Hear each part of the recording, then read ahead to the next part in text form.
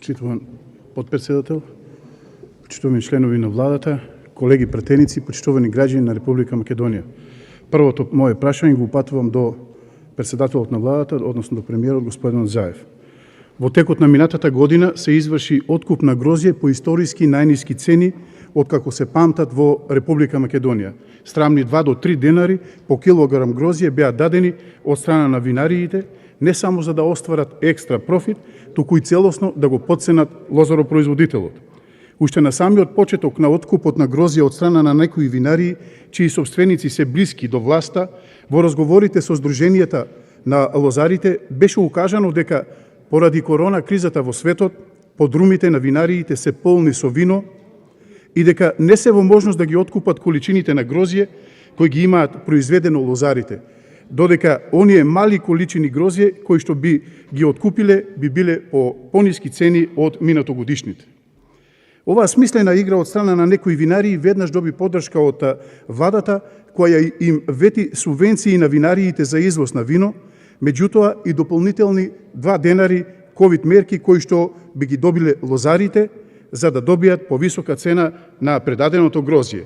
Меѓутоа, тука не престана играта која што успешно ја менеджира винариите под закрила на власт. Собраа минимална количина на грозје и повторно го прекинаа откупот на грозјето. Се играа со денови со маката на лозарите, а владата мудро молчеше чекајќи винариите да ги доведат во целосно безизлезна ситуација лозарите, за да потоа продолжат откуп на грозје за производство на вински дестилат, кој што ќе го субвенционира владата со дополнителни 4 денари. Веднаш потоа се отворија портите на винариите, капиите на винариите и почна да се истура грозјето по пунктовите за преработка на вински дестилат, а дестилерии, речиси и никоја од овие винарии да немаше. Но најважно, внимавајте, најважно е, ако претходно винариите немаа капацитет да го сместат грозјето за производство на вино, веднаш најдоа простори и капацитети да собираат грозје за производство на вински дестилат.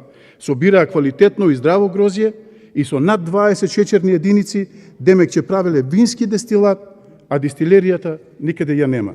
Господине премиер, ова беше една класична измама и добро смислена игра за која во иднина многу луѓе треба да одговараат.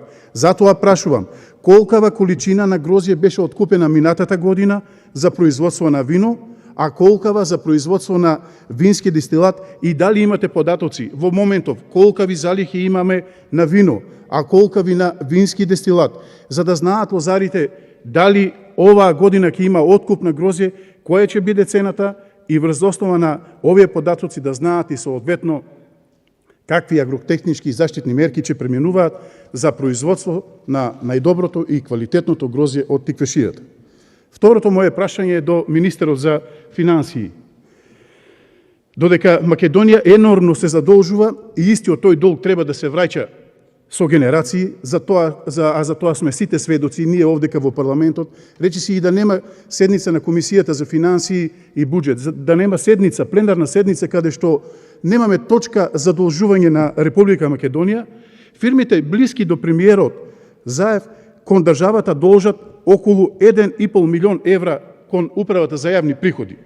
Само оваа една календарска година, кога овие фирми не плаќаат даноци, Македонија го зголеми долгот за над 1 милијарда евра. Внимавајте, 1 милијарда евра, а Заеви уживаат во луксузи, 4 цикли, мотори, златни лажици и сгора на тоа пак и не плаќаат данок.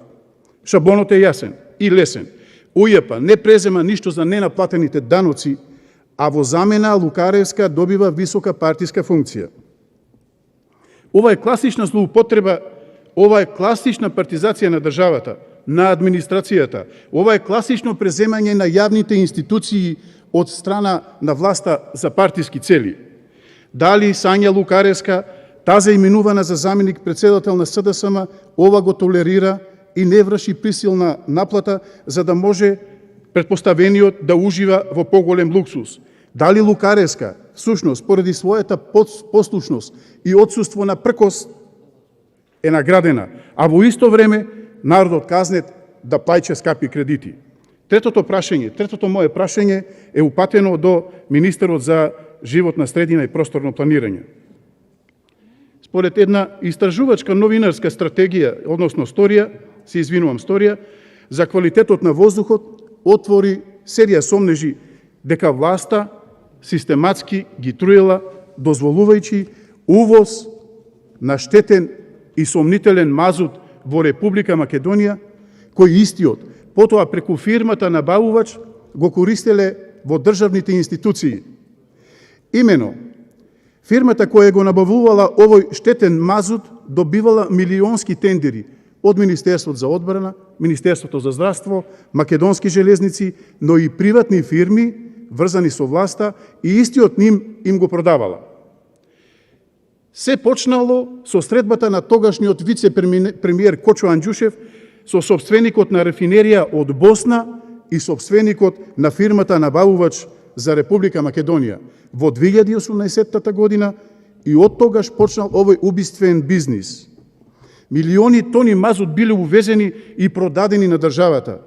Истиот бил согорен и на тој начин биле труени граѓаните на Република Македонија. Институциите надлежни за контрола потврлиле или пак свесно замижале или свесно дозволиле да се набави ваков мазут кој ги труе и убива граѓаните на Република Македонија без разлика на нивната етничка, верска или полова припадност. Дали некој ќе понесе одговорност за ваквата спрега на власта и бизнисот? Кој колку милиони провизија добил од ова труење и согорување на отпадниот мазут во Македонија? Еве веќе поминаа повеќе од 7 дена од најавената истрага и резултати нема, или тие кога има се делумични. Колку луѓе умреле поради труење кој го гледаме дека ова труење го договорил Кочо Анџушев во владата? Благодарам. Тоа се моите 3 прашања.